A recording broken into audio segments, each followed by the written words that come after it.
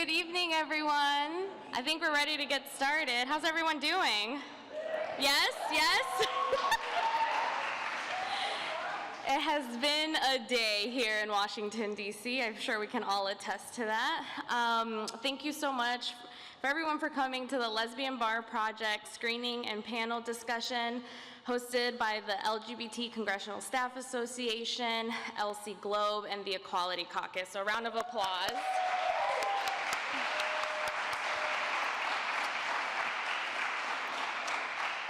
My name is Laura Munoz Lopez. I am the LGBT Congressional Staff Association Social Events Director.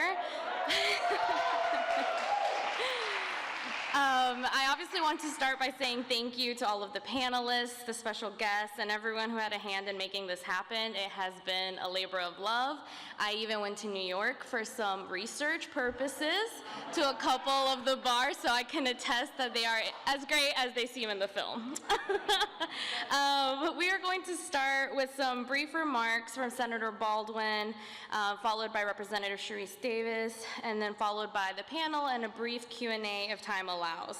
Just as a reminder, please keep your mask on if you're not social distancing, and no flash photography. So without further ado, let me introduce a true trailblazer in the LGBTQ+ community, Senator Baldwin from the great state of Wisconsin.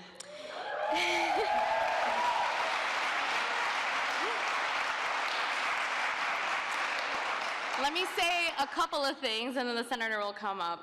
In 1998, Wisconsin's 2nd District shattered the state's glass ceiling and elected her as the state's first female member of Congress and the nation's first openly gay challenger sent to Congress. That's amazing, in 1998. She was later elected to the U.S. Senate in 2012, making her Wisconsin's first woman to serve in the U.S. Senate and the first openly gay member elected to the body. Let's give her a round of applause.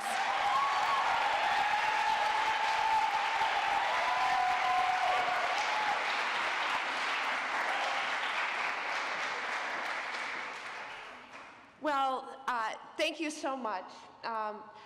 It's really an honor to be here. I'm very excited to be here for the screening of this really important film and to applaud everyone who is involved in the Lesbian Bar Project for fighting to preserve these spaces and tell the story of how they have nurtured and supported our communities for decades. And I'm so proud to see Milwaukee's own Walker Point represented in the mix of these establishments. You know, I often say that we can't mistake progress for victory. While so much has changed for the LGBTQ community, Sharice David and I stand here before you as elected members of the House and Senate. We're proof of that. But we also know that for too many people in too many places, we still have a long, long way to go. We still need places to feel safe, supported, and a part of a community. Places where we can be unequivocally and unreservedly ourselves. But a lesbian bar isn't just a gathering place or a sanctuary. It's a place where activism is sparked and movements are created. It's a place where communities pull together to help someone who is ill or in financial need.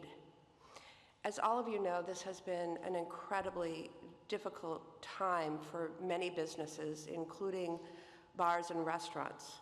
And places are already feeling pressure to close, and we're perhaps the most vulnerable. Lesbian bars are still so very important as we continue to build the world that we all want, where everyone feels safe and accepted and valued wherever they might be. But thank you for recognizing that fact and helping to make sure they survive. And I just wanted to end with a couple of my own lesbian bar reflections.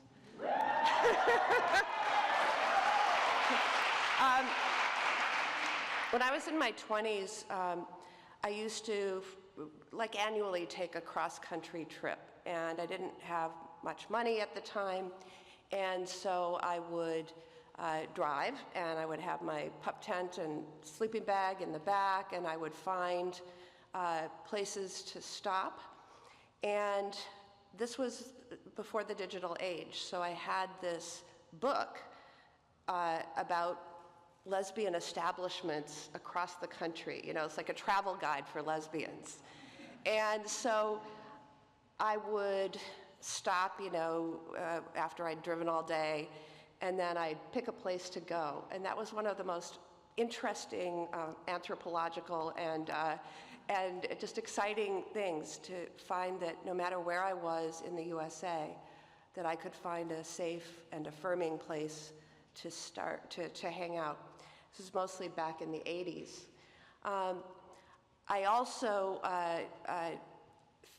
had my sport is volleyball. I don't have a time to play very much anymore, but back in the day, it was always our lesbian bar who sponsored our volleyball team. So we would end up going back there and celebrating our wins, drowning out our losses, whatever. I remember, this is going nowhere, but I'm going to tell you anyways, because so I also would go and watch our college team play, the University of Wisconsin-Madison players, and knew the whole team because I was such a big volleyball fan. And one night, I'm there with my volleyball team, and the middle hitter from the UW Badgers, she had just graduated, was there. And we're like, that's Kristen Roman. That's Kristen Roman. It was like, okay, we got to recruit her for our team. She's no longer, she's graduated. And so we did. So we had, a star athlete on our team. The rest of us were trying to play as best we can. Anyway, she is now the police chief at the University of Wisconsin-Madison. And after a long career with the Madison Police Department. So just a couple weeks ago, I had the UW Badger women's volleyball team here at the Capitol. They were going to play Maryland, which is now in the Big Ten, which is composed of about 20 teams. But this is all an aside. And anyways, they all knew yes, our police chief was a star middle hitter for the Badgers. And I was so excited to tell them that was my favorite sport. But I think you never know what's going to happen in a lesbian bar. So, thanks.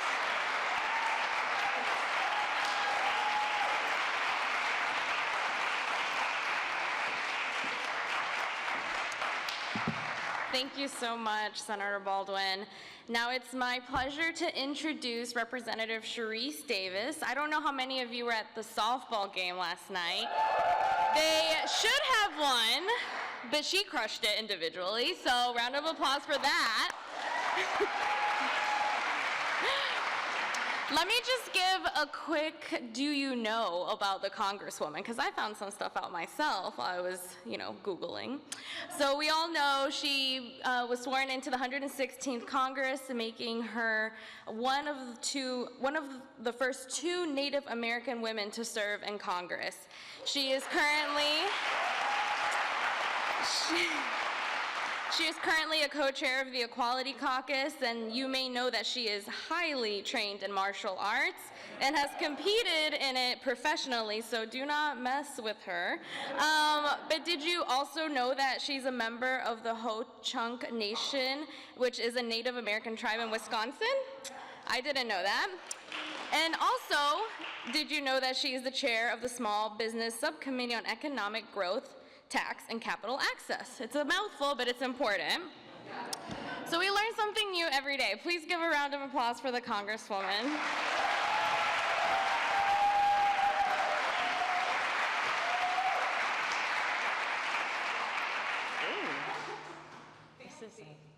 It's bright. It's real bright. I'm shorter than the senator. Not by much. Well, good evening, everybody. I can't really see everybody because it's so bright. So I didn't realize I was going to need to have some kind of lesbian bar reflection. I think the best thing for me to do would just be to say, no comment.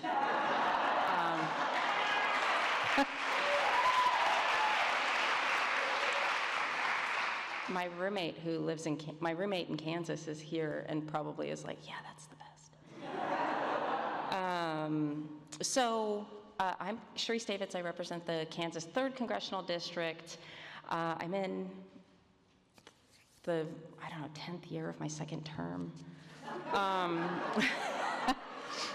But seriously, I just thank you so much for inviting me to be here for a little bit tonight. Unfortunately, I won't be able to participate in the actual getting to watch the screening this evening, but I'm very much looking forward to it. Just really quickly, because when you're a member of Congress, I think sometimes you forget that nobody knows who you are. And so I kind of wanted to give a little bit of background about how I ended up here. So I was raised by a single mom who served in the Army for 20 years, which is how a ho-chunk from Wisconsin ends up in Kansas. She retired while she was stationed in Kansas. And then we kind of stuck around that area, partly because of the great public schools. And then I ended up working and going to school. I started off with an associate's degree at Johnson County Community College, which is in the district that I get to represent now. And that took me 4 years, and then another 4 years to get my bachelor's degree, because I was working the whole time and just trying to figure out life, which I think is not an uncommon experience, and it's something, unfortunately, that is kind of uncommon in the leadership positions all across the country in all different sectors, including the government. And I got the chance to do all kinds of fun stuff. I mean going to law school, so I don't know if anybody else thinks that would be fun, but I got the chance to have all these opportunities. And in 2018, when I was kind of looking at what was going on, not just in the country, but from the short time that I got to spend out here in DC as a White House fellow, I realized that we needed to bring new voices to the table, and to just have more elected officials, like the senator, who can show up and bring that different perspective. And for me, that was looking around and saying, where are all the first-generation college students, or former first-generation college students? My mom did get her bachelor's degree about 4 years ago.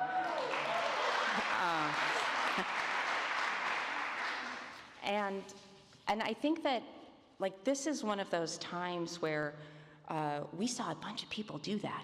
We saw a resetting, I think, a resetting of expectations in 2018 for who runs for office, who we support, how we support them, and who we elect. And it wasn't the end of the road, though, right? It was just one of the steps. And in 2020, we took a step. In 2022, I'm excited about what we're going to see as we move forward. Just kind of who's here, who's showing up, and I'm not even just talking about politics. I'm talking about just a general discourse in our society about what we want to be. Because I think this time in history, people are going to look back 50 years from now and see that we were doing things like this, that we were lifting up people in all the different spaces, arts, sciences.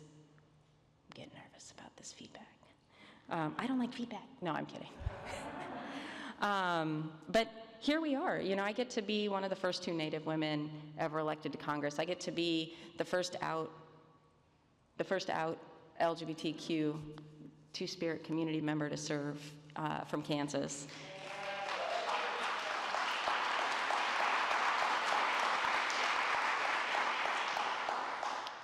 And I get to serve with the most diverse Congress ever.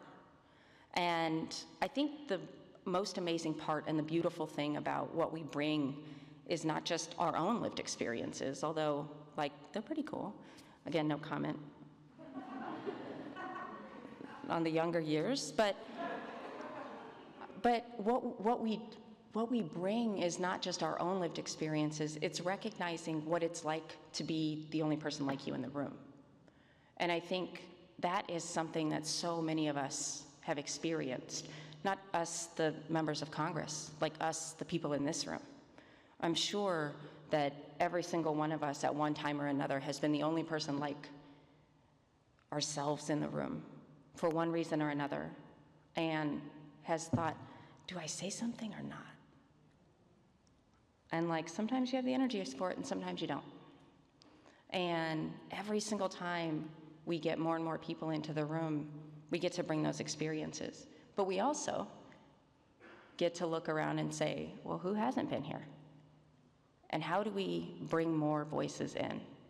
Like, what can we do to make sure that there are more people coming into the fold, coming into the conversation, coming into the space, whatever the space is? Oh no, I do have some funny stories about lesbian bars in here. No, I'm kidding. I don't. But I do think, I mean, that is one of the things that's really special, though, right? About having that space, having like a queer space where you can go and just feel like you're safe. Because sometimes, I mean, because safety isn't just about physical safety, it's about emotional safety, it's about our social safety. And sometimes that's the only place where you feel like you get to be yourself. And I think that is a really, really important thing, because too many people spend too much of their lives feeling unsafe, particularly when we're talking about our young LGBTQ two-spirit youth who might never have anybody until they're able to go to a dedicated queer space. And so I think like this project is so important because it helps highlight why we need to be creating safe spaces for folks. And you know, in my role on the Small Business Committee, I also get to help make sure that businesses, whether it's restaurants or bars or nightclubs or whatever queer spaces we're talking about, have access to capital.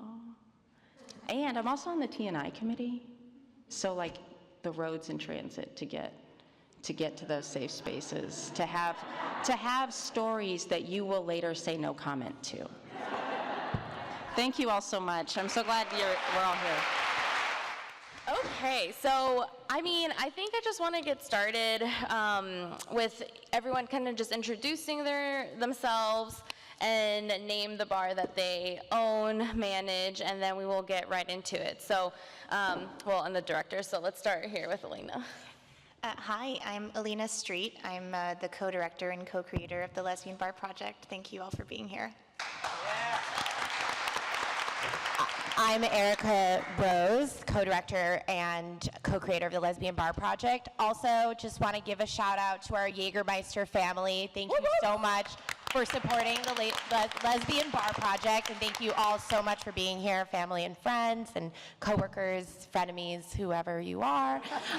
Old acquaintances, old acquaintances. And I just want to note that a year ago today, we launched the Lesbian Bar Project, so it just feels so serendipitous and amazing that exactly a year later, we're here, so Alina and I are just so thankful. Thank you. Yeah, and we also wanted to add that we did raise over $250,000 for the bars since it started a year ago.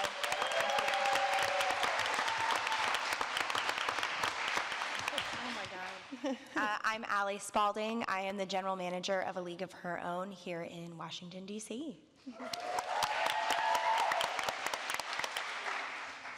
Hey, I'm Lisa Canastrassi, owner of Henrietta Hudson.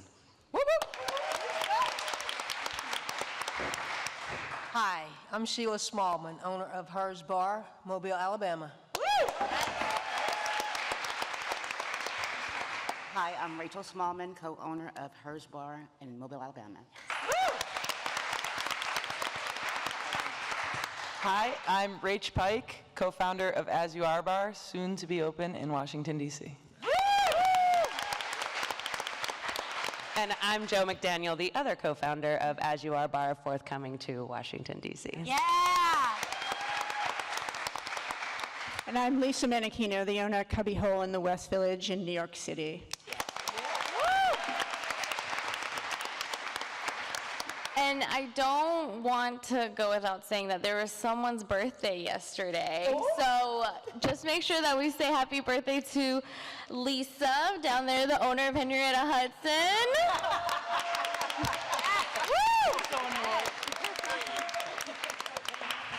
The film directors made me do it. Just kidding, they did it.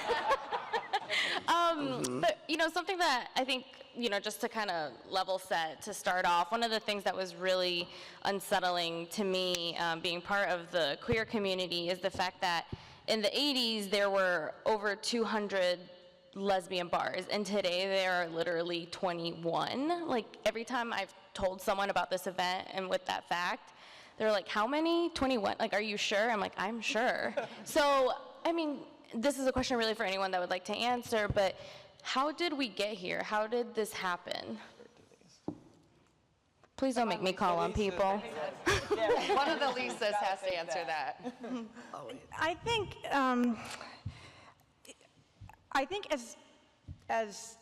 like I said in the film, it used to be the only place that lesbians, gay people could go in which to meet people socially, romantically, what have you.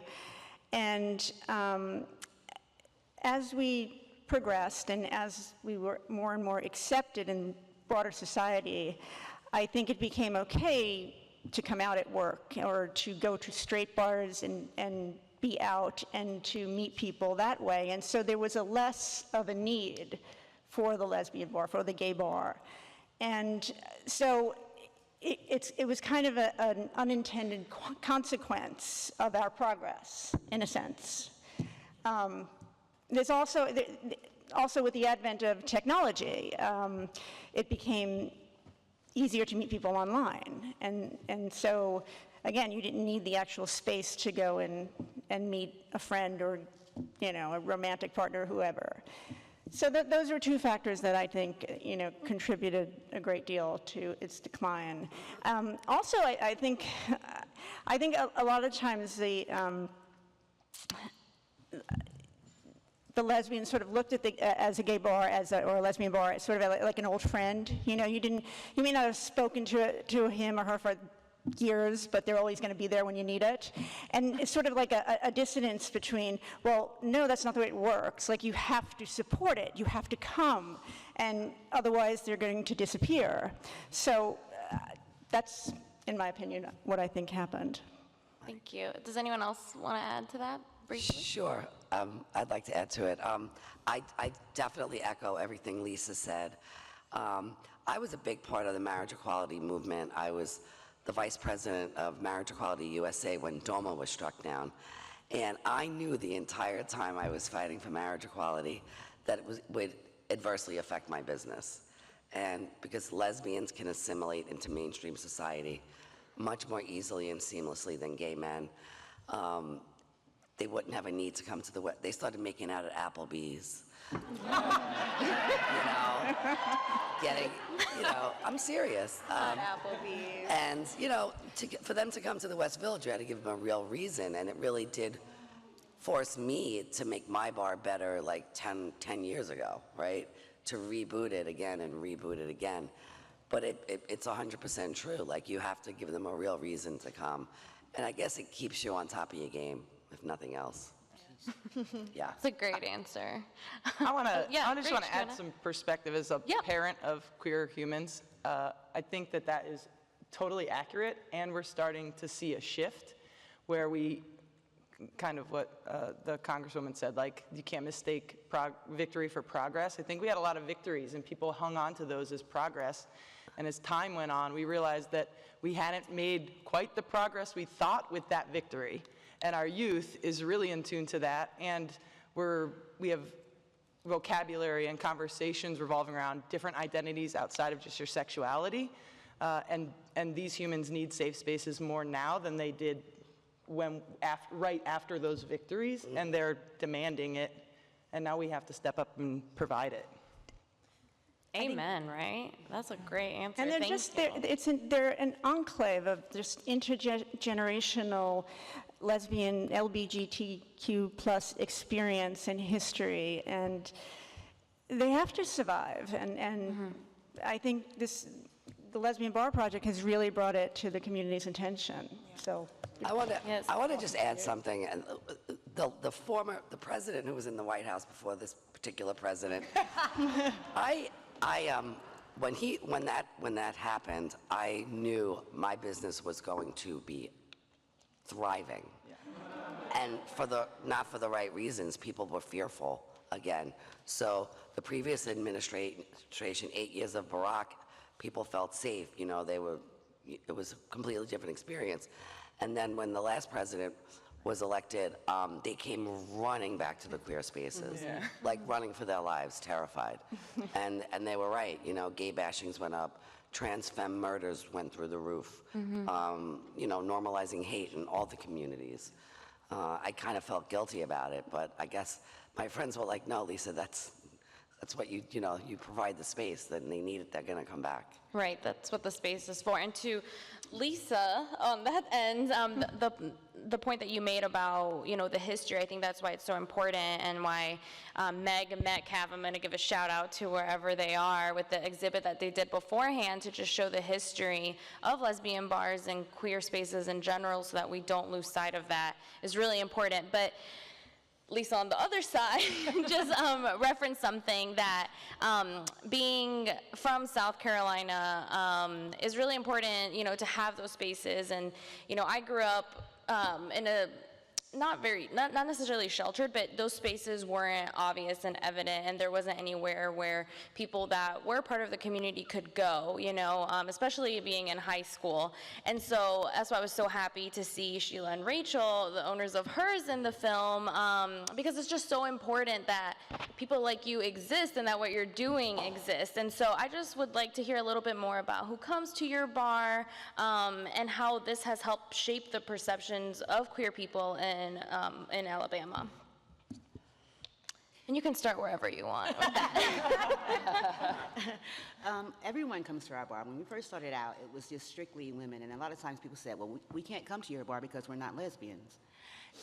It's a bar that's owned by lesbians, and in many places we hear gay bars, and that is kind of attributed to gay men, because going into those spaces in the South, it is quite evident that you're visiting here. So I wanted to flip the script.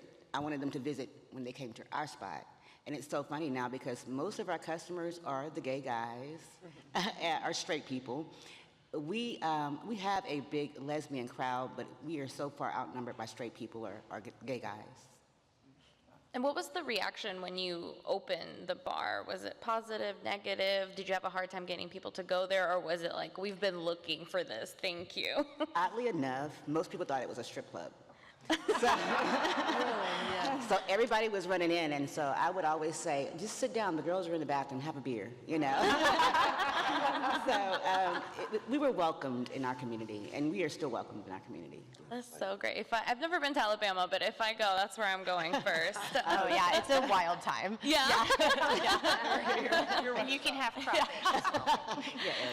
So one of the things that is really interesting with times changing, and Rach, you kind of mentioned this with raising children nowadays and just the fluidity of the community, it's like you almost have to change, right? Like there's something to be said about honoring the past, but we also we have to evolve, we have to adapt. If not, then it's not serving the need of the community. And so actually this question is for Lisa, for Henrietta Hudson. I want to talk about the reaction to changing of your logo, how that started.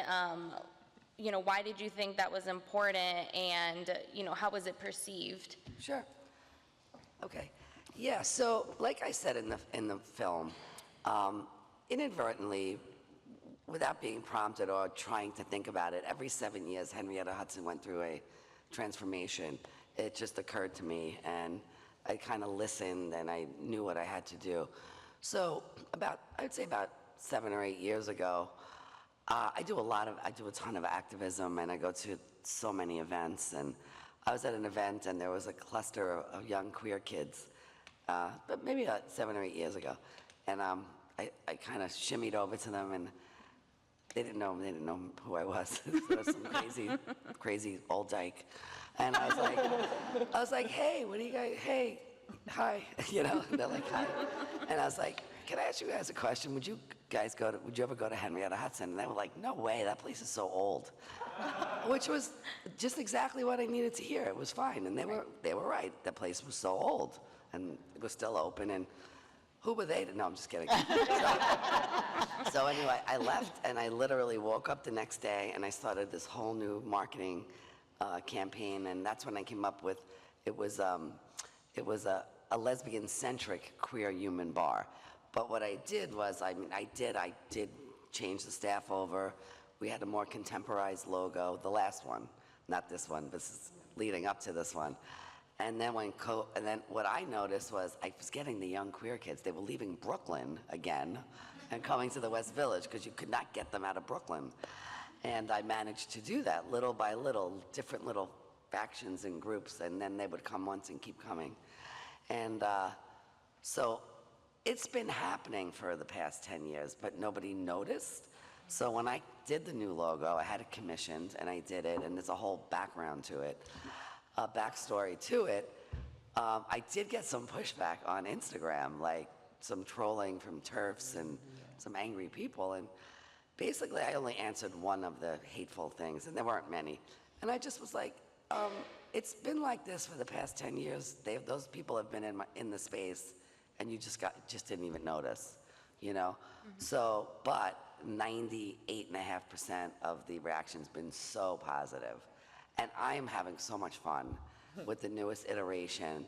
And the people that are coming in, it's a kind of gentler queer community. I don't even know how to say it. Everybody's smiling, light, happy, fluffy. I'm not used to that. I like it, though.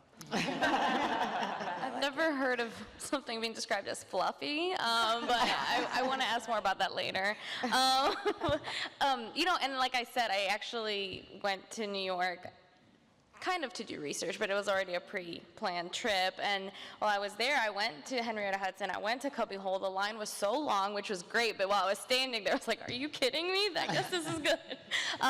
They were both such great spaces, and just to say that you're doing a great job, and it's just so appreciative that even when you're traveling, you can find those spaces. It was a lot of fun. And so I kind of want to switch gears and, you know, talk about the impact of the pandemic.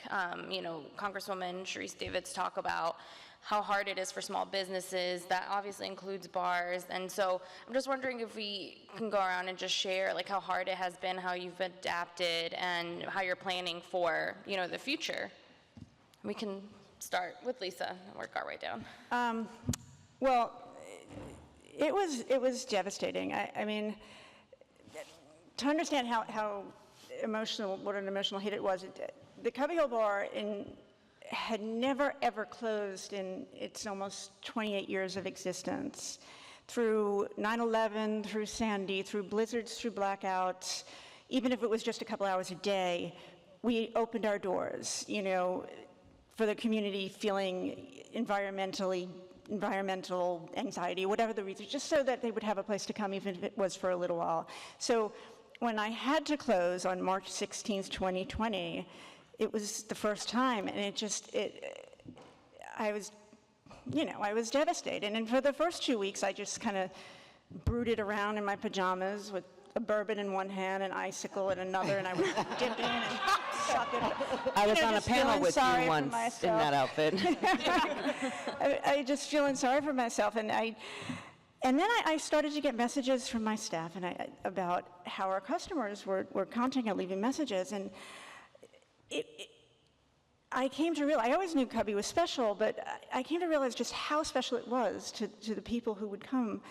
And, you know, I would get these messages, this is where I met my wife, that's where I met my husband, that's where I had my first kiss, that's where I came out, that's the last place I went before my partner passed away. We were in Cubby.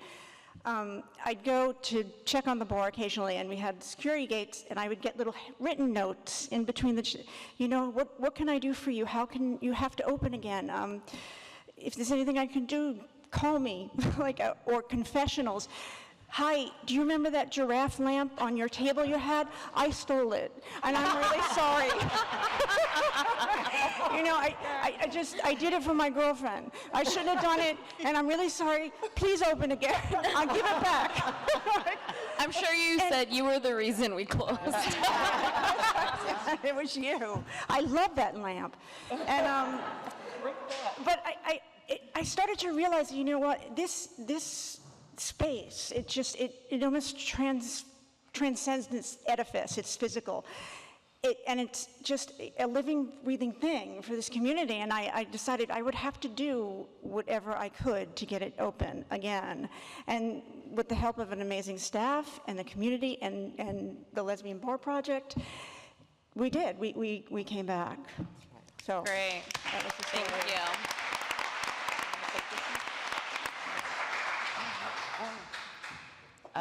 So we had a bit of a different experience.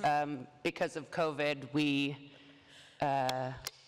took full stock and decided to pitch our hat in the ring and open our own bar our way. And that was probably one of the more courageous things I've done in my life, because for all intents and purposes, I had already established something and could just have continued with it.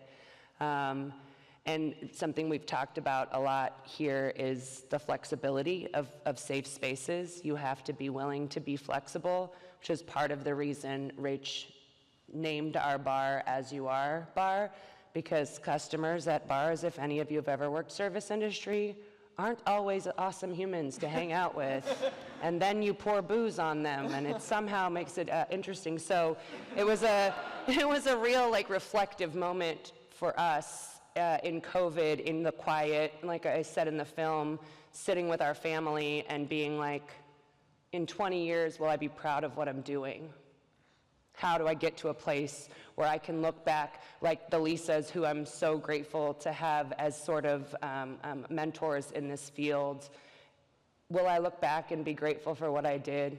I look at Stacy Lentz, who owns Stonewall Inn. I don't know if any of you saw that she's here today. Yes, Stacy's here, right there.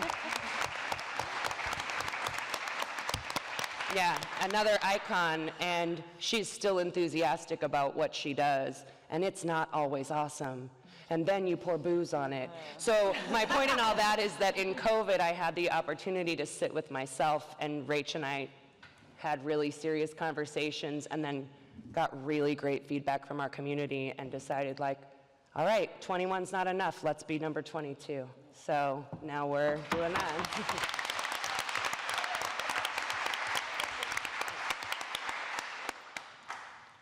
So for Rachel and I, we opened hers October of 2019. 4 months. Rachel comes from a background of elementary school teacher, massage therapist, director, and manager. I come from a 35-plus year law enforcement career, also U.S. Marshals, also massage therapy. So when I decided to retire from law enforcement, I mentioned to Rachel one day out of the blue, I'm like, how would you like to open a bar? Now, mind you, she has the directorship and the managerial experience, me, law enforcement. So, yes, we'll do this, because I wanted to give back to the LGBT community in a different form other than law enforcement. So we opened up again October of 2019, and here comes the pandemic, March 2020. So Rachel calls me, she says, have you seen the news? I'm like, no. Mind you, I'm still working full-time as well, so she called me at work. I'm like, no. She said, well, you might need to look at this. So I call her back, I'm like, don't worry about it, we got this. I'm like, what are we going to do? What are we going to do? But thank God I had one retirement under my belt, and thank God for the Lesbian Bar Project, because I don't know where we'd be today without you all. Thank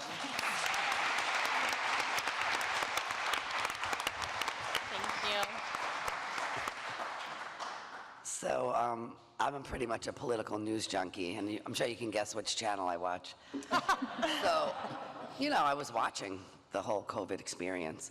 And I actually closed Henrietta's before the mandate came down from the governor, because we are a packed dance club. And by my conscience couldn't allow me to stay open. And a couple people were like, what do you do? Why are you closing? I was like, the country of Italy is closed, like the whole country. The most social place on the planet, really. And so I just closed and just kind of like held my breath a little bit. And then we did a GoFundMe, which was really well received. I negotiated a greatly reduced rent with my landlord. And I didn't do like the kind of partial opening, drinks out the door. I didn't do any of that stuff. I took the opportunity and spent that time with my parents, which was an incredible experience. And then, so I was the first to close and the last to reopen. I reopened May of this year, May 15th. Took the time, did a really beautiful renovation, and honestly, the American Rescue Act changed my life because they had the Restaurant Revitalization Program, which they had $28.6 billion for women-owned businesses, Black-owned businesses, veteran-owned, and socially disadvantaged LGBTQ. And that was a game changer for me. That completely set me up for success in the reopening. Super grateful for that. It changed my life. Thanks. Lisa, the people in the room right now, like, paid closer attention when you said American Rescue Plan from congressional staffers. So thank you for bringing that up. Oh, I'd love to. Changed my life. I am going to ask a follow-up question to that, but I would love to hear from, I'd love to hear from Aloho and just a little bit about, if you can just also expand on what you think small businesses need today in addition to Absolutely. PPP loans. So I was with Joe and Rach through part of the pandemic, and then took over this February. And when we reopened at the end of March, like early April, it was hard. It was very difficult, just because, we did have like a GoFundMe. All of these people in our community were reaching out to us and in such touching ways, offering money and food and, job interviews and just anything that we could give our staff, which was amazing. And I think that's why we were able to make it through. We were able to receive 2 PPE loans as well. But at the same time, they weren't originally approved, and we really had to fight for them. And so that was a really long process with our owner. And our owner chose to pay our staff instead of paying our taxes, which I really applaud him for, to make sure that, especially our staff, like our kitchen staff and our cleaning crews and people who are the backbone of these establishments, not the faces, but the people who really put in the work, were able to stay afloat. And so that for us was really phenomenal. Granted, we are still paying those taxes back, so if any of you have a connection, see me at the after party. But additionally, like I said, it really was our community. They came out and supported us when we had the street eatery, when we had 5 tables in Aloho. I was on a Zoom call with the owners of my sister's room, which is in Atlanta. And I tell people this, that they're like, oh, we just took our employee parking lot and we changed it into outdoor seating. And I was like, DC doesn't have employee parking lots. We don't have that. There's a single small space in the very back for our owner's Vespa. So, all of these places that aren't major city bound, it was crazy. They were like, oh, we've switched, we've done this, we've done that. And, we had 8 tables outside, 5 tables inside. And I think one of our biggest struggles actually was the reopening. We found out that we were going to 100% capacity with a week and a half notice. So I hired and trained 14 new people in a week and a half and was like, okay guys, let's go. And that was maybe a month and a half before Pride. And by the time Pride hit, we had a line out the door and around the corner. It made overheard on Washington, D.C.'s, Instagram, if you know, you know. But I know all of you know. So our community really helped us through. They were the ones that allowed us to fill 5 tables, fill 8 tables, celebrate Aquarius season with everybody in a mask and a shot, and it was definitely difficult, but it was absolutely worth it to see how many new people are coming in now, especially because of the Lesbian Bar Project and how much they have really shone a light on this. I mean, you allowed us to have all of these new faces in our bars that either went through the pandemic and weren't sure if they were queer or LGBT or what their gender was, or maybe they weren't who they thought they were, and then we all had a lot of time by ourselves in our homes, and we're like, maybe I'm not who I thought I was. And those people are coming out because of the work that you all have done to say, no, we're here, we exist, we are here for you. And it's just so amazing. I mean, it's not over by any means. Like I said, if you know anything about taxes, please do. That's a great segue into the questions that I want to ask about. Oh, yes. Why did the film director start the Lesbian Bar Project? And I have several follow-ups. So. Okay, I just want to say, first off of everything that you were saying this past year, it has been so inspiring to see how you've adapted your business models to the current circumstances, and just so inspiring to see how you were able to change, open up those outdoor spaces, do the virtual conversations and panels, and bringing the community in that way. You are superheroes and you're warriors, and from the beginning it has been an incredible experience. So thank you so much, and thank you for sharing all your, just everything that's been happening this past year. It wasn't easy. Along with that too, it's a great honor as well to see that these bars have always been more than bars, and I think that by doing what you did as well, you are welcoming not just patrons who are going to the bars to drink, but also patrons who are going there to be with themselves, with their friends, the sober community, and now some places are also serving food. And it's just amazing to see. Charcuterie boards at Henrietta Hudson, cafe, lounge.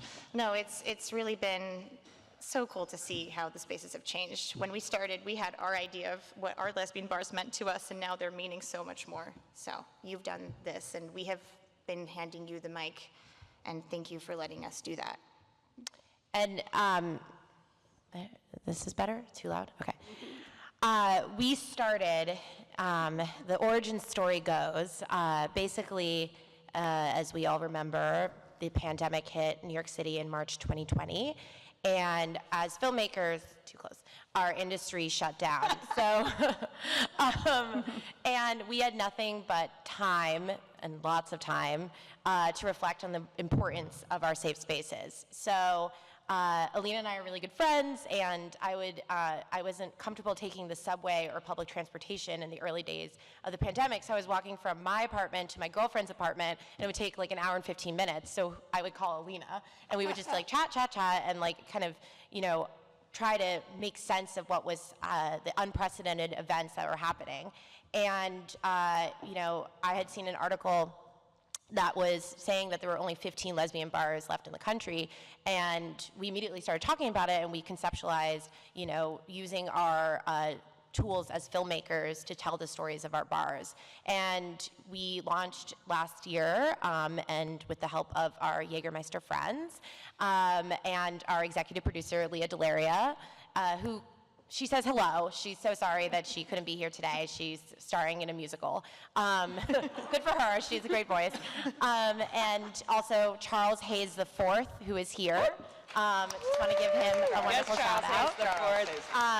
And Lily Alioshats, who's not here, but we teamed up and created the Lesbian Bar Project. So we launched as a PSA, and we were able to raise over $117,000 in 2020. And then we said to Jaeger, hey, we have more ideas, and we wanted to really humanize this staggering statistic. And tell the story from the bar owner's perspective and patrons and community activists. So we were able to make our 20-minute film that you just watched, and we raised over $150,000 for the bars this year. And one thing that Alina and I always say is that even though we did tie in this philanthropic effort, our goal was to always amplify the stories and really transcend this vicious narrative that queer spaces are often seen in a way of loss and disappearance and trauma. And we wanted to really celebrate our spaces and tell the struggles in a really intimate lens. And we were so thrilled that you all agreed to be filmed, and thank you. And we have plans for more, so just keep supporting us, and thank you for being here. Thanks, Eric. To follow up on that point, so why filmmaking? There's so many different mediums of how we, ingest different information, reading, social media, documentaries, movies. And so I'm just wondering, why filmmaking? What is the impact? And really, how does it amplify what is often called a marginalized community?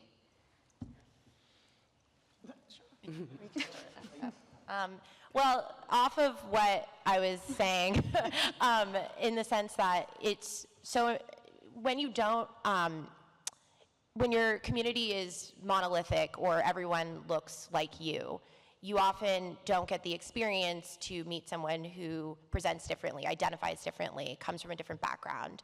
And I think that filmmaking is the most beautiful tool to tell the stories of people you don't know, to educate you. And I think that's why I chose filmmaking. I know Alina chose filmmaking for similar reasons, because it was the most effective way to understand the world around me. And I'm just so thrilled that I got to team up with Alina to tell the stories of these bars. And I think that, we have seen such a wonderful reaction from not just the queer community, not just queer women, but from all people. And, to be here today to talk about our film, it's just kind of surreal. And to see people come up to us being like, or, people hearing about the Lesbian Bar Project, we did our jobs. It's not like about chasing fame. It's about, because there's no fame, but it's about, I just always feel like the goal of filmmaking and the job of a director is to make someone feel something. So I don't care if you hate the project, it would be a bummer. But as long as you felt something and you were, got to reflect or do self-reflection, then I think we did our job. Yeah, it's very well said. I think like a lot of things, when COVID happened, we realized we took a lot of things for granted, and sort of having an ability to take a step back, and our industry shut down. It was very frightening, but then it was an interesting moment to say, what can we do as filmmakers to help? And as Erica was explaining with the PSA at first, we couldn't film in person. So filmmaking, you have the opportunity to really, you have so much flexibility. You don't just have to make a documentary filming someone. You can actually use archival footage. And we went into this deep dive of this historical research. And it's just amazing how there's a wide range that goes into that. And then you put it all together, and a film is made to be watched. And that's really the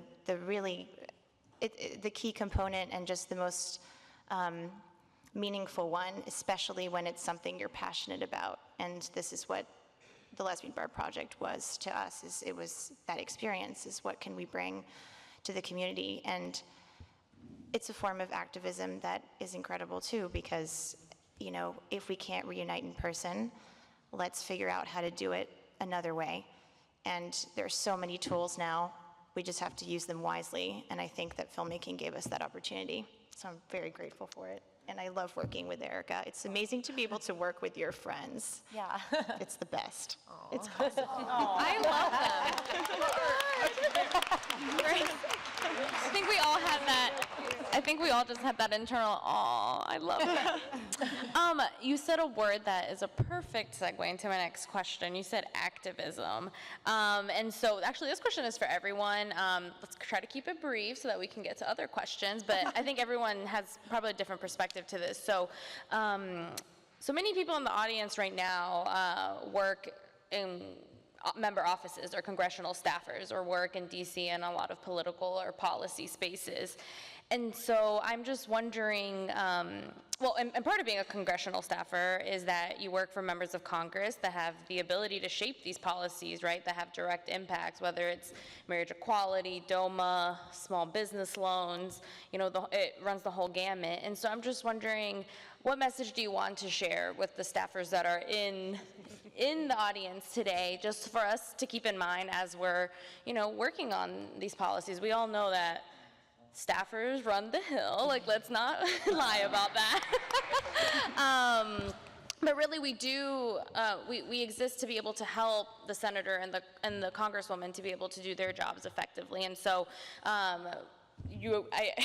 Joe has something to say, so we'll start with As You Are Bar, and then if everyone would like to go, that'd be great.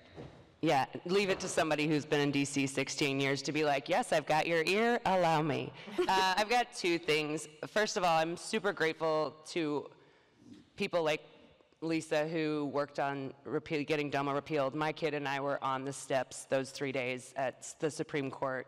It was mind-boggling. Knowing how much anti-trans legislature has come out since DOMA was repealed tells me something about the activism in the queer community. Too many people were like, all right, we got marriage, capitalism wins, we're cool.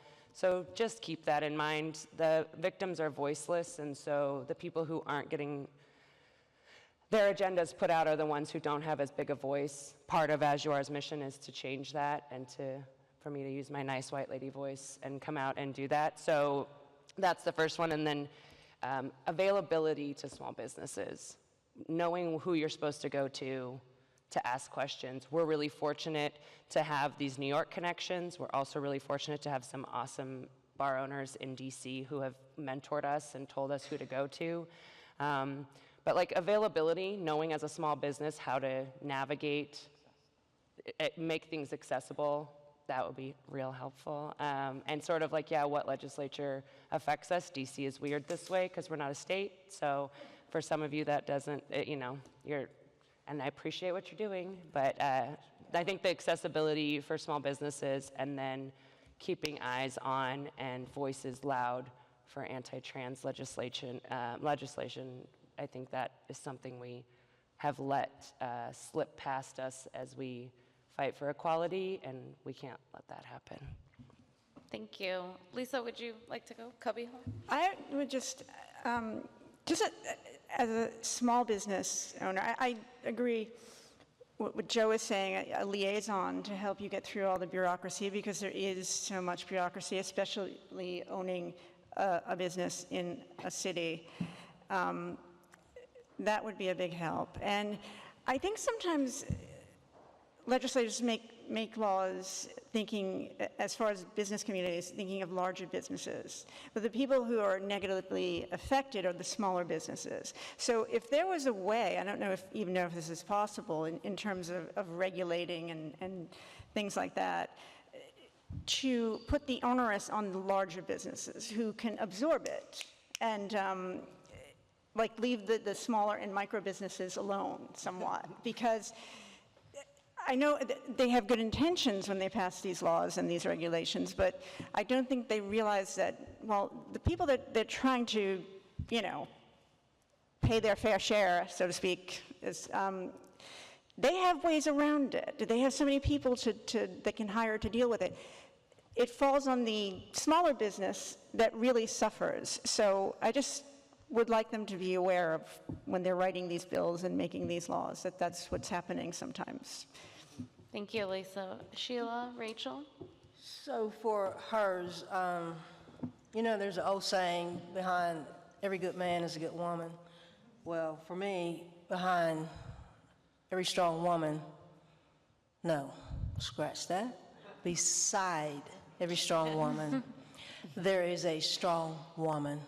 And I can say that I have a strong woman by my side, and without her, I don't know what I would have done thus far. And again, it goes back to us just opening October of 2019 and not knowing how we're going to survive this thing. And of course, we need the continued support and legislative support, but we also need some type of financial backing just to stay afloat. How is that going to be done? I don't know. Mind you, we're first-time business owners, so we're just starting out, and of course, we did not expect this. So here we are.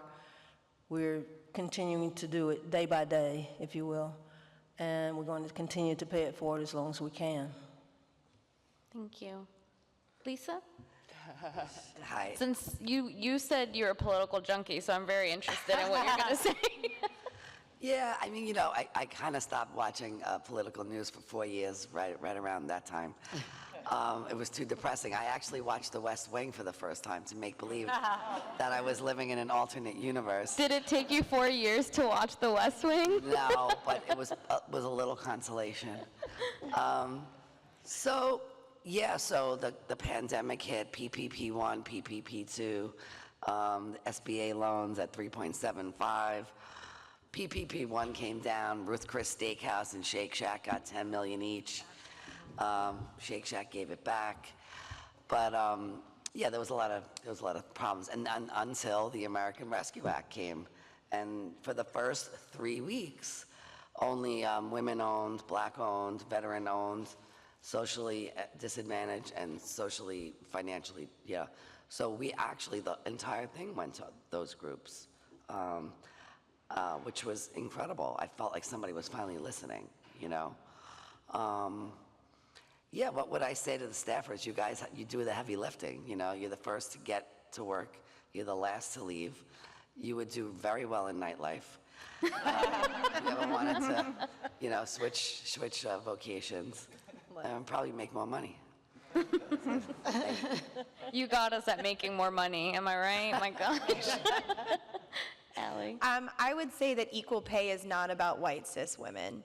Equal pay is about making sure that our communities that are marginalized are also are brought to that table. So many of our community are marginalized within the marginalization of being LGBT, and that's the money that's supposed to be going back into our businesses, right? So if you are not focusing on paying everyone equally, then we cannot guarantee that that money is going to come back into our spaces and help us help that same community. And it really is something that people, they're like, Lily Ledbetter, whatever, we're good. It's not. And it's something that we see, especially in a city as diverse as ours, where some of my staff, even though they make great money, 3 or 4 days a week, they have other jobs, and they have to have other jobs because of this pay issue. And so for me, it's definitely equal pay. Thank you. We need to pass the Equality Act. We need to de-emphasize, Yes. We need to de-emphasize our reliance on these large corporations kind of, lifting everyone up, because that's a fallacy. I think everyone in this room agrees.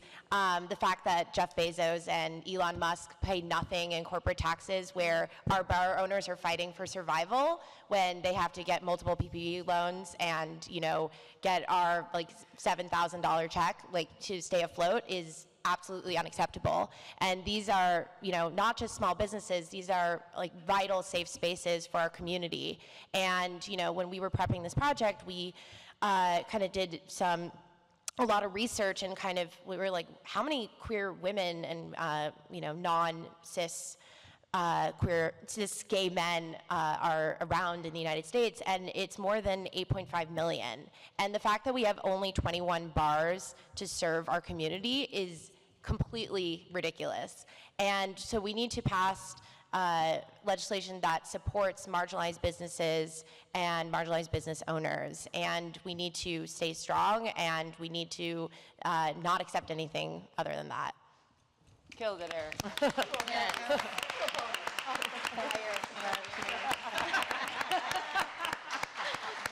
Alina, do you want to Erica follow Rose that? for president?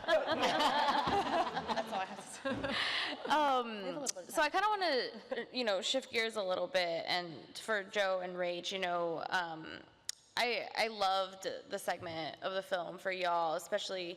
Well, I live in Maryland. I'm not going to say I live in D.C. like those people do. But it's just so, it's just so interesting to see the development of nightlife in a bar, right? And you're making it what you want it to be, to catering to so many different folks. And it was so great to see DJ Mim in it, and how important you said, for the environment, for the nightlife. And so I'm just wondering if you can just speak a little bit about what it's been like to really create this space from the ground up, and talk a little bit about what does full inclusivity look like today. And you talked a little bit about, with banning the box and those different types of things. So if you can just elaborate a little bit on that. Well, one thing Rach and I really agree on is that we're not building this bar. While we are fantastic and have a lot of lived experience, we don't know what our community needs. So nothing we put out on social media, nothing we say is just ours. So crediting, and when it's possible, paying people for their emotional labor. The whole conversation about banning the box was taught to me by the incredible Whit Washington, who's the lawyer who's shown in the film. Is Whit here? Are you? Yes! Yes! Whit and Liz are here. They're amazing. So Whit is an attorney who immediately went into incarcerated people's activism and uses their immense knowledge. Two of the stills of them arguing something, I don't even know what they're doing or talking about, one they're on a panel and one they're in an audience, are two of my favorite photos in the film. Just, I cry every time because you're so powerful. I also knew them before, while they were still in law school, so it's like that balloon shot of Whit in the bar, I pinned a balloon to the back of their pants because they had passed the bar. And I made them walk around all night with a balloon bobbing over their head. So all that to say, credit where it's due. This is also what leads into the flexibility part of bars. Anais Nin says, we don't see the world as it is, we see it as we are. So I can't build a bar for me. First of all, I have way too much privilege. Most bars are built for me, based on what I look like, and even in my queerness, I move through the world with a lot of privilege. So inclusivity to me means handing a mic over to someone else or asking our community, which we consistently do, what do you want? What does this look like for you? How do we build this bar for you? How can we provide it and you tell us what to do? And I think that's what inclusivity looks like. That's the way you build inclusivity, is you get really curious and you set your ego aside and just ask, how can we do this for you? And let them come as they are, and then also take that on and be like, yes, that's an obnoxious thing you're doing there. And I love you as you are, as long as everyone is consenting and safe. And so that's what inclusivity looks like from my sort of side of the business in terms of logistics and community outreach. But then I really want to let Rach talk a little bit about inclusivity and safety management. I think that our mission kind of says it all, and I'll summarize, but mainly from the safety management side, we're trying to prioritize the most marginalized of the marginalized in our bar, because if that's true, then everybody that's a little less marginalized will also be safe. A huge piece of that is consent. So, I've been working in safety management prior to working on this project, and we've had plenty of people try to reach over the bar and ask for a drink, and they put their hand on someone's shoulder. And before I'd serve them, I'd be like, so you need to take your hand off their shoulder because you didn't ask to touch them. And that person would be like, it's just their shoulder. And I'd be like, yeah, I don't really care if it's their shoelace, it's theirs, and you shouldn't touch it. And they'd be like, they don't care. And this is to what Joe had said, the victims are voiceless. They do care. They just aren't sure how to say they care or how to say safely, don't do that. I don't want that.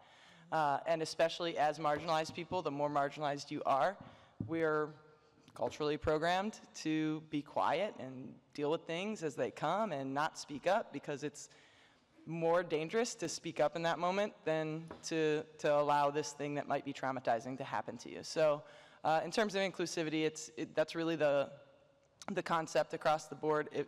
Your voice is yours. We want to hear it. We want choice. We want to hear from our community, so we know what to put in this box to make it a safe space for you, because otherwise it's just a box with a bar.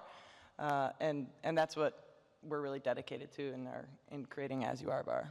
Thank you. That is so great. I mean, I can't speak for everyone in here, but I speak for myself when I say I'm just so excited for when y'all open. And y'all have been great partners with the CSA, so thank you so much for that. Oh, I just want to add, it was really important to us to tell Joe and Rach's story because, even though As You Are Bar is in the process of opening, we wanted to highlight two people who represent the future. And we're just so stoked to have them here. And you all have to, DC locals, Maryland, whatever, you have to go to As You Are, yeah. Thank and you, we're gonna Erica. come, you have to go to As You Are Bar when it opens, because it's going to be an amazing. We'll make sure you get the invite. Thank you. Actually, that's a great segue. I think we're just going to do one last question for everyone, and then we can do some closing announcements. What do you hope is the future for lesbian and queer spaces, and how can we get there? Who wants to start? I'm going to call on someone. Lisa, you want to? So realistically, nobody knows what the future holds. You know what I mean? I think what they're doing, what you're doing, what everybody here is doing is keeping our ear to the ground, listening what the community needs, and trying to provide that for the community. And I think, there's a big shift. It's seismic shift in the LGBTQ community of inclusivity, and that's not everybody. I'm gonna call out the predominantly gay cis white males. They will always have their spaces, and it's a little crazy because I remember in the 1980s when the AIDS epidemic hit the West Village, it pummeled it. All the lesbians went to St. Vincent's Hospital and took care of the boys because the guys were terrified to go into the hospital. And for about 10 years, they were like nice to us, and then they forgot. But anyway, whatever. I wouldn't trade it for anything. Evidently, that's when it used to be GLBT community, and they changed it. They put the L in front after we helped them through the AIDS epidemic. Yeah, that was nice. Anyway, I came out with the boys. I'm guilty as charged. That's who I came out and partied with. But I think the future is in this room, and the ideas that everybody here is talking about, how Lisa's adapted, how they've just pushed through it like gangsters, right? And just, letting these young queer kids, to me, is what I do, is I try to let them, they kind of tell you what they need. And it's not a lot. They don't need a lot. So just pay attention and listen to them. Let the kids decide. That's great. Yeah. Allie? I definitely agree with letting the kids decide. It's so interesting. We've seen a drop in our average age, which has been wildly refreshing. But I think also just looking at our own community internally and saying, the future is that we are going to be breaking down these barriers, that we are stronger as a whole. We can't be fighting against each other under this marginalized umbrella. And so I think with all of this information sharing and how accessible everyone is these days, and hopefully, there can be a young queer person in a small community that sees this film and is inspired to have those conversations with others. I think that's our future, is continuing to share, continuing to listen to the youngins of our group, and just to continually have those open and difficult conversations in order to better ourselves, both as a community, as individual people, but globally. I think that's really, hopefully, where we're headed. Fingers crossed. Thank you. I'll have the film directors go last so that you can do closing remarks. So I'd love for Sheila and Rachel. What they said. What they love it. To the point. What they said. Sheila, do you want to add anything? Well, piggyback off of Lisa, you have to be open-minded. You have to pay attention to what they're asking for and what they're seeking.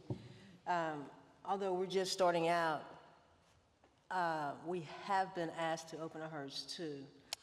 Wow. Birmingham, maybe? Or? As far as North Alabama, even as far as Houston, Texas. So I don't know at this point because we don't know where we're going from day to day as of right now. The finances has been horrific for us. You know, we have 15 taxes to pay. We have the overhead. And the list just goes on and on. It's not as easy as it seems. It's not. But we've enjoyed it, and we've had a great time.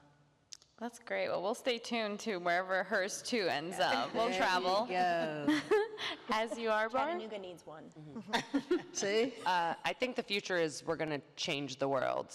Our little conversations that we have about safety and consent and pronouns and every conversation that starts in a bar, I think probably Lisa said it, knowing her, that like, it was Tammy Baldwin said, activism begins there, right? So the number of people who begin to organize just because they met in a bar, we get to change the world with that. We always have. That's not new. We've always changed the world in our own safe spaces. I think one of the things that Erica talked about was the article that came out about the 15 bars. It was Curve magazine, and I reached out to everyone here and everybody else and just sent a bunch of emails and was like, hey, we got to stick together. We're in pandemic now. And then, of course, Erica and Alina were like, we're going to make this thing. So I think holding each other up, holding each other accountable, I think that's shifting. Everybody thinks that we're in competition, and there's not enough of us to do that. So it's like we hold each other up, and so like making friends, learning from each other, being willing to have conversations about what we want. I think that's the future, and I think as proprietors, we have a responsibility to be humans that pay attention and listen, and that I think is what's going to change for me. Yeah, and I would just really kind of drive home that accountable piece, because I think in DC, if you live here or been here or following, there's some waves in the queer community with Nelly's Sports Bar having, behaved in question and being held accountable in their response. And I think that's, somebody had asked us once, we were out at the boycott, and they had asked us, well, how are you like doing this to your fellow queer bar? And I was like, because we have to hold each other accountable. If we're not going to be in this room calling each other in and saying like, hey, this isn't okay, and trying to make a change, then we can't count on the rest of the world to make sure we're doing it right for more than just the people that look like us. And I think we just have to continue to do that. And on the other side of that, the responsibility of the proprietor is to be able to be held accountable and make a change. And not just brush people off, because I don't have to cater to that group of people because I'm doing all right just with these people. That's not the point. The point is inclusivity. The point is making sure that all people are welcome here, so long as they're celebrating and loving our community appropriately, you can hang out with us. We're a better people when we hang out together that way. And it's really about that accountable piece, I think, as we move forward. That's great. Lisa? I always believed that there's a connectivity between the lesbian bar and the celebration of our identities. And I feel in the past few years that sort of it's gotten disjointed a little bit. And I hope for the future to have that back, especially no matter how you identify, that we can come to these spaces and in friendship and in acceptance and in respect, and get that connectivity back and celebrate all of our identities. And it just Yeah, sounds that's my hope. like the best plan forward. Where else would you want to hang out than a queer bar? Right. We are running close on time, so briefly closing remarks from y'all. I'll say something and then we will wrap. So first up, show up to the bars. On our website, we have a map highlighting the 21 bars, and it gives you the opportunity to really see where they are and go there. Olivia O'Leary, big shout out. Yes. And I want to give big thanks to my chosen family, because in our community that is so important. Stacy Lenz, I met you when I moved to the United States 7 years ago, and I walked into Cubbyhole and I met Stacy Lenz, the owner of Stonewall, and she introduced us to Jägermeister, and this is how the community is. You know, we reach out to each other and we help out, and this is what we can create when we do that together. So thank you so much. Thank you for sharing that.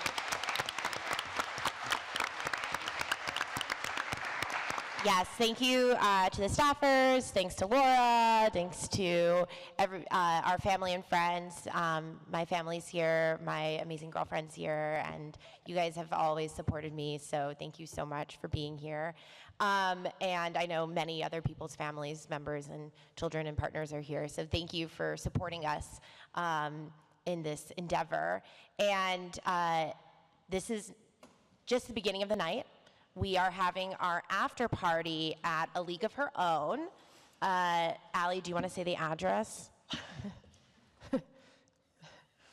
That's a great question. Yeah, it's whatever. You'll see. Let's just Google if you want to. 2319 18th Street Northwest. Thank you, Joe. I just want to say thank you so much for coming, to all of you, for the panelists, for Erica and Alina. I have never talked to people I've never met more often in my life. I feel like we're closer now. And a big, big thank you and round of applause for the Library of Congress. They've done such a great job.